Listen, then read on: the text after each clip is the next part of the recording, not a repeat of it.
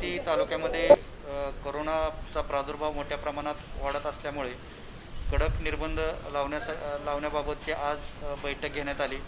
यामध्ये बारामती तालुका, त्यामध्ये नगर परिषद व ग्रामीण भागामध्ये Maharashtra times YouTube channel subscribe करा आणि लेटेस्ट अपडेट्ससाठी बेल आयकॉनवर क्लिक करा।